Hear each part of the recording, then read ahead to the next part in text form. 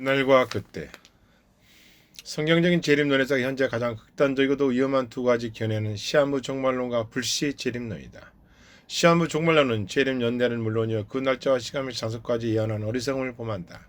그러내 쓸데없이 사회 불안을 조장하고 도덕적 및 영적으로 엄청난 파장을 불러일으키고 만다.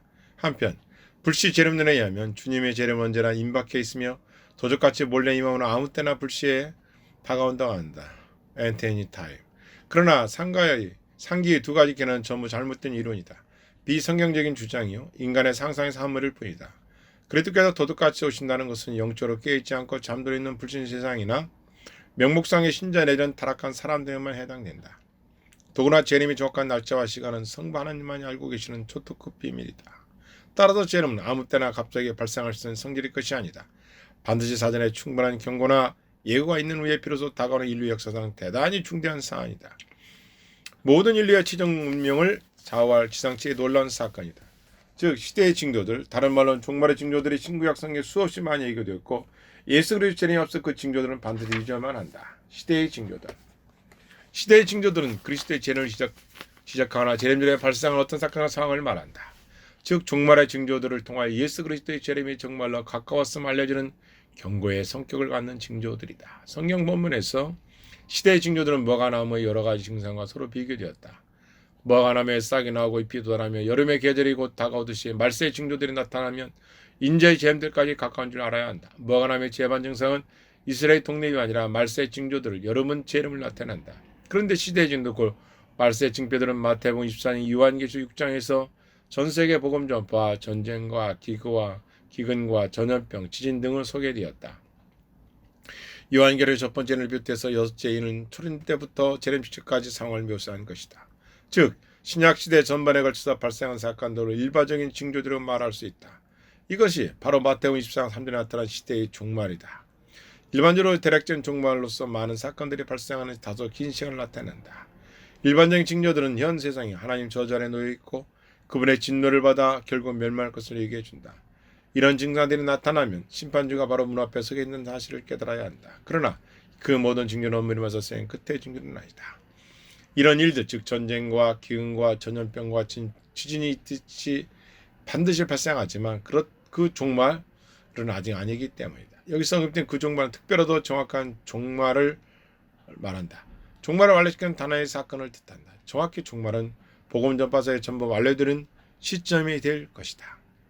마태복음 24장 3절 종말의 이 세상 종말의 예고편 내지는 위협, 경고, 사격이라는 마태복음 24장 그 종말은 이 세상 종말 본편 및 실제 상황이며 젖은 사기의 성격을 갖는다. 상대방이 위협사가 할 때는 손을 두고 항복하면 즉시 생존할 가능성이 그나마 있다. 하지만 무시함으로 나중에 젖은 사기를 받게 되면 결국 생명을 잃게 만다. 마찬가지로 신구약 시대 전반에 걸쳐 발생한 시대의 징조들을 목격하면 지체 없이 회개하고 믿음 및 영적으로 대비태를 갖추는 등 사전에 대비하는 것이 제일 지혜로운 태도이다. 요한계시록 6장 6가지 인들은 이 세상 종말의 예고편이자 그 대략적인 종말의 진술을 담고 있다. 그러나 일단 존사격적 종말의 순간이 되어 많은 사람들이 재빨리 대파리커녕 그만 정신을 잃고 당황하며 껍질같이 손수 묻히며 하나님의 무서운 진노의 심판을 그대로 당하게 말 것이다. 이때가 바로 적그리스도의 대환란을 극장에는 종결리는 하나님의 무서운 진노의 순간일 것이다. 대환란 이후 7개의 나팔들과 7개의 진노의 대접들이 한꺼번에 쏟아지는 순간 말이다. 사람들의 이 세상에 임할 일들을 생각하고 무서워함으로 기절하리니 누가복음 20장 26절 말씀. 그러나 그 환난 집과 해가 어두워지고 다시 달이 빛을 내지 아니하며 별들이 하늘에 떨어지리니 마태복음 24장 말씀. 그들의 진노의 큰 날이 일어났으니 누가 능히 설 수 있겠느냐 하였다. 계시록 6절 말씀. 이 세대의 의미. 예수님 마가복음 10장 30절 종말의 징조들이 이 세대가 끝나기 전에 전부 발생할 것을 언급하였다. 그런데 이는 구약 선곡 다니엘 17장 7절에 근거한 말씀이다. 반드시 한때와 두때와 반때를 진행하겠고 그 거룩한 백성의 권세를 완전히 깨뜨린 일이 끝나자마자 그 모든 사건들이 완료될 것이다. 다니엘서 12장 7절 말씀. 여기서 한때와 두때와 반때는 대략 3년만 동안의 대환란 기간을 말한다. 한때는 다니엘 7장 20절 아람어 이 땅과 동일한 1년의 의미를 쓰였다. 그리고 그 거룩한 백성은 물론 모든 성도들을 나타내며 그 권세가 완전히 깨어진다. 하는 것은 성도들이 적그리스도의 핍박이 치고 이절정에 달한 것을 의미한다. 그 밖에 요한계시록과 다니엘서에서 그와 동일한 일을 적그리스도가 성들과 싸워 이긴다는 표현으로 묘사하였다. 그러므로 이 세대라는 3주년 내지는 3주년 시간적 의미가 아니라 질적 의미 곧 예수님 당시에 불신앙적으로 폐역한 유대 백성을 나타낸다. 1차적으로 이 세대는 마태복음 23장 20절 이것이다. 다 이 세대에게 돌아가라는 말씀이 예수님의 말씀과 관련된 문구이다. 그래서 세계 종말과 관련된 마태복음 23장 36절이나 마가복음 14장 30절이 그때와 그날과 그때와는 대조적이다. 둘 사이는 시간적 간격이 존재한다. 전자는 예수 그리스도의 제자 당시 AD 70년에 예루살렘 멸망하는 고난과 관련이 있다. 그러나 후자는 재림절 종말의 적그리스도 및 대환란과 직접 연관적이다.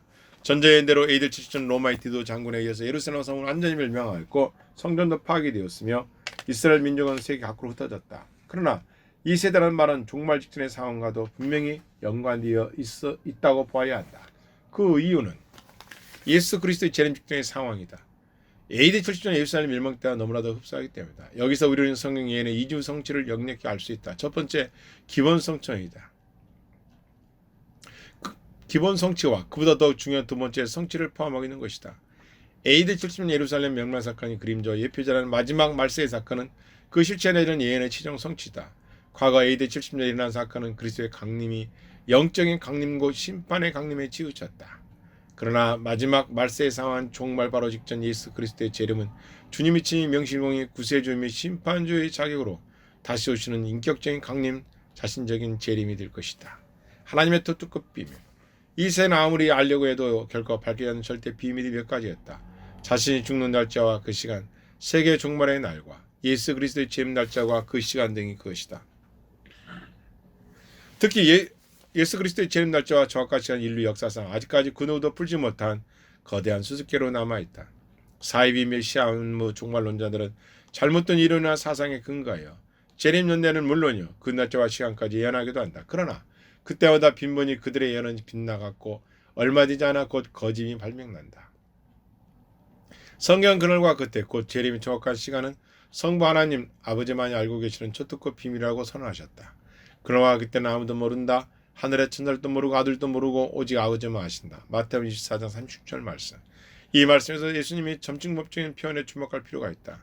아무도 모르고 천사들도 모르고 심지어는 아들도 모르고 오직 아버지만 아신다. 엘리야 승계는 강한 부정어인 우대라는 말이 3번이나 사용됐다. 이것은 인간은 그 누구도 재림의 정확한 날짜와 시간을 절대로 알 수 없다는 말이다. 예수님은 하나님의 아들은 자신에게까지도 재림 날짜와 시간이 알리지 않았다고 분명히 고백하였다. 그와 비슷한 말씀이 사도행전 1장 7절에 나타났다.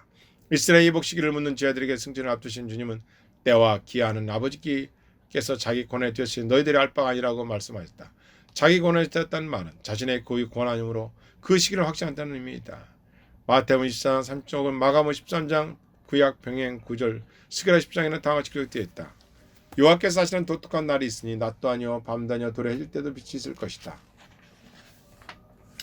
여기서 독특한 날은 히브리어로 윰하드인데 세상 역사의 그 어떤 날과도 전혀 다른 특별한 날이라는 의미를 갖는다. 즉 어떤 지정된 날, 하나밖에 없는 날, 특별한 날을 말한다. 종교상 특별한 하나밖에 없는 유일한 날로 그의 단어가 비교할 수조차 없는 독특한 날을 가리킨다.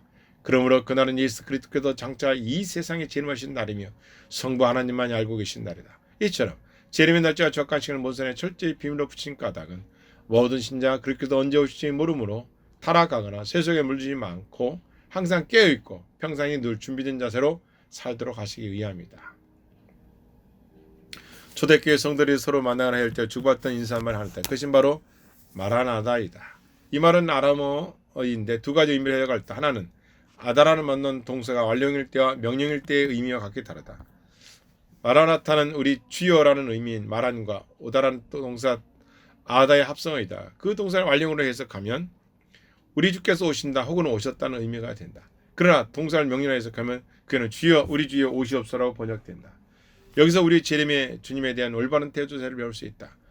우리 주님께 오신다 고백하는데 우리 주여 오시옵소서 기도는 간절히 열망한 자세를 의미한다. 고대한 열망은 말세 성도들 동시에 갖춰야 할 반역한 태도이다. 어느 하나를 고집하라 단 하나 미미해서도 안 된다. 모든 신자는 말세의 징조가 본격적으로 나타나기 전에 주님이 지금 당장이라도 오시는 듯한 흥분한 나머지 현실을 전혀 무시하고 오로지 재림만을 확 쏘고 돼서는 안 된다. 광신자들이 있어는 안 된다. 그렇다고 해서 타락한 세상에 푹 빠져서 재림의 시기를 현재의 자신과 전혀 무관한 먼 미래의 일로 추방해서는 안 된다. 주님 어느 순간에도 재림하신다는 걔는 지럽지 못하고 몇십 년 아니 그보다 먼 시기 오실 거라고 쉽게 단언한 것도 바람직하지 않다. 한마디로 주님의 재림된 올바른 성도의 태도는 대만 곧 고대와 열망이라는 말로 표현할 수 있다. 죄를 몹없이 기다리고 동시에 간절히 바라는 마음가짐이다. 아직 예수 그리스도께서 오지 않았으므로 각자 자신에게 맡겨진 임무에 최선을 다하며 현실에 충실하여 묵묵히 기다려야 한다. 그러나 그리스도께서 언제 갑자기 올지 모르기 때문에 주인을 기다리는 종처럼 현감을 항상 주시하며 늘 긴장의 끈을 늦춰서는 안 된다. 예수 그리스도의 영광스러운 재림을 인내하며 기다리고 동시에 그날을 간절히 사모하고 바라는 기대와 전망, 즉 고대와 열망의 말로 가장 바람직하고 올바르게 균형 잡힌 재림관이 될 것이다. 아멘.